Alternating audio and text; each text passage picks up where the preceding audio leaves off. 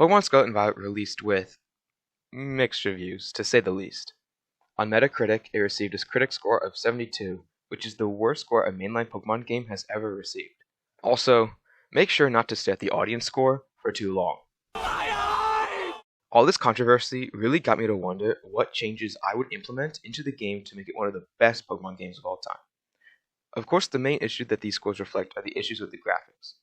More than once in my playthrough, I've encountered clipping through walls, dropped frames, whatever this is, and way much more.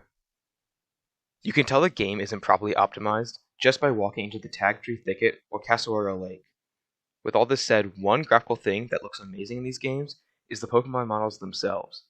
The various textures these Pokemon have are first the mainline games. The second thing I would change is level scaling for the gym challenge.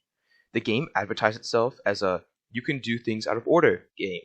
However, if you were to challenge the second lowest gym leader first, when you go back to the first gym, the levels will not be scaled at all, so it will be a cakewalk. I would make it so not only do the gym leader's Pokemon scale to around your level, but I would change the teams as well.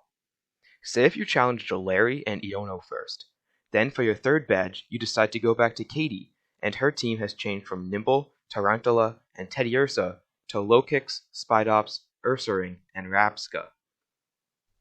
I'm going to quickly interrupt to ask you to please subscribe to my channel, because I've been working super hard trying to release weekly videos, and only 0.2% of my audience is subscribed, which I don't know is sad or funny.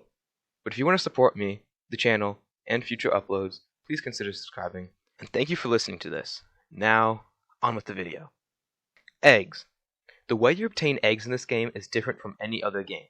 You send 2 Pokemon that are compatible out in your picnic, and eggs will appear in your basket over time. You can collect them and hatch them later. Personally, I dislike this change, because in past games you could hatch eggs whilst you were obtaining them.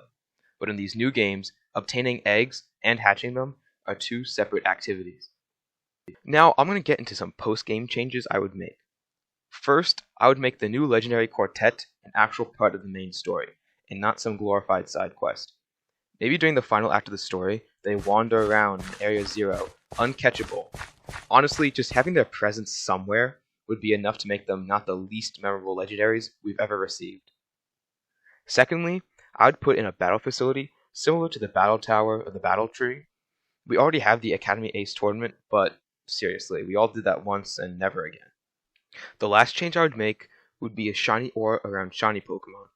I feel the sound would cause problems, which you can go see my take in the last video, so I think the sparkle effect similar to the one in Let's Go Pikachu and Eevee would be best. This way, we'll be able to identify Tandemaus and Igglybuff when shiny in the overworld. Finally, I would add the final third legendary to the base game. We've already been teased about the third legendary's existence via the lore drops in the various books around the region, and it will surely come in the future DLC, but I think it's strange how this will be the first time the third legendary will not be in the base game, and players will have to be forced to pay $30 to finish the legendary trio. Scarlet and Violet, in my opinion, should have been pushed back to a holiday 2023 release, as we all probably would have spent money for Legends Arceus DLC, and Scarlet and Violet would have had plenty more time in the development oven.